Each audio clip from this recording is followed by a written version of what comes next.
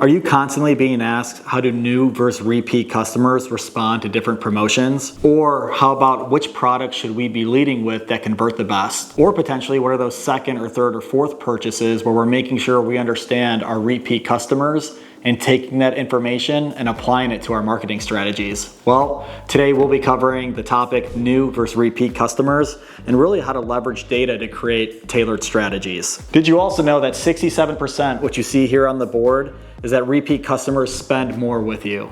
And so not only are they purchasing more, but they also trust you enough to purchase your more expensive products. You also see the number up there, 81%. 81% of customers will consider purchasing more if they get great service from you from day one. So let's take a look at this data next, and really what we'll be digging into is what data is important to get some really great insights and views to help you create these tailored strategies. Here on the board, you'll see here that we're starting with the data source itself. This is actually quite simple, the information that we're gonna be pulling, and it's really coming from your commerce cart. So that might be Shopify. You might be using BigCommerce. You might also have Salesforce Commerce Cloud. So whichever cart that you're leveraging today. From there, we're gonna pull some very specific fields from the API itself. So this will be very important information that we're pulling in that's going to allow us to do some advanced calculations and pulling data together to get you some great insights for new versus repeat. So the fields that we'll be looking into, customer email, transaction ID, that'll be really important as well. We'll pull in some figures as well too around revenue, product ID information, order ID, SKU level, and as well as that order date field. Think of these different data points or fields that we'll be pulling from Shopify itself. Once that information is captured, there's gonna be a lot of different ways that we can take this and probably bucket into three, I would say, like key areas or topics that I see our customers creating dashboards and insights and analytics for. The first one, this will be customer specific metrics. So with this information above, we're going to be able to pull in this info, create some calculations and blend some data together to get LTV. It'll be your AOV information. You're gonna be able to see who's a new customer versus who's a repeat customer. And you'll be able to look at some other information around your orders. The second bucket that I see here is really around product metrics. This one is probably my favorite. Getting a lot of product information is definitely helpful here. You're gonna be able to take this information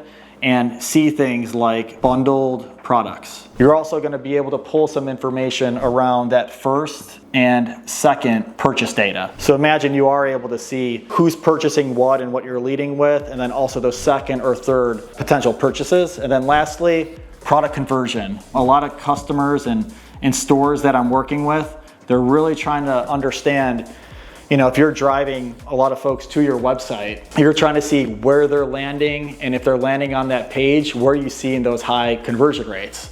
That might be a great product that you want to be leading with. It might actually be buried within your site itself, or your marketing team isn't really pushing that one enough to get that new customer in the door. And then the third bucket here, this one will be around ad metrics, which will be the third. Here in ad metrics, we'll be looking at customer acquisition costs we'll be able to pull, as well as some information around channel performance is what we'll be looking at. So we'll be looking at different channels. So from this information here at the top to get things started, it's really important, when we start digging into more specific examples around new versus repeat customers, we need to make sure we're pulling the right data points, and then we're gonna be able to create some of these different views. Now that we went over the data that we'll be pulling from the Commerce Platform API itself, now I can show you some really great ways that customers I'm working with are taking that data and they're putting it into customer cohorts. So let's jump into it.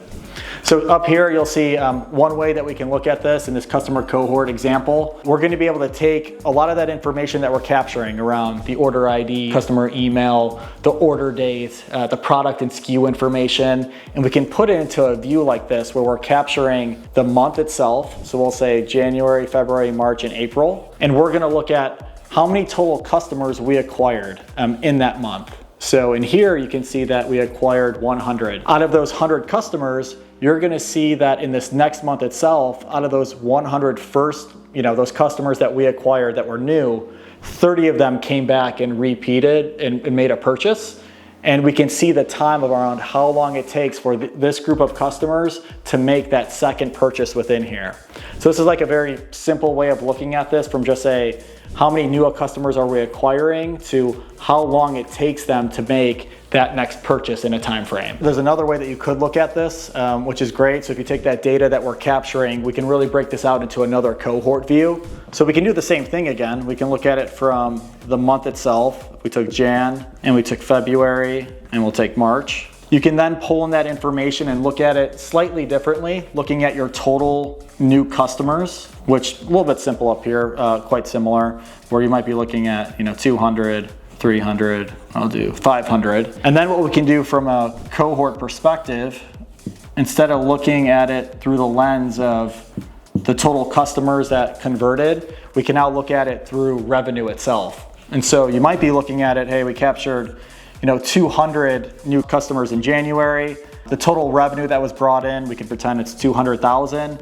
But then what you can see is making that second purchase, your total revenue in that next line item here might be an additional 400K. So it's really showing you out of that initial first purchase, how many are making that second purchase in the total revenue count. And imagine this is all mapped out accordingly. You have all your new customers, you have an understanding of how many of these are actually making that second purchase and when, and you're gonna be able to pull out a lot of information like what is that purchase they're making of that product. So what did they acquire first from a product perspective that led them to that second or potentially third purchase. You can get some really granular information here in ways that you can deploy some new strategies.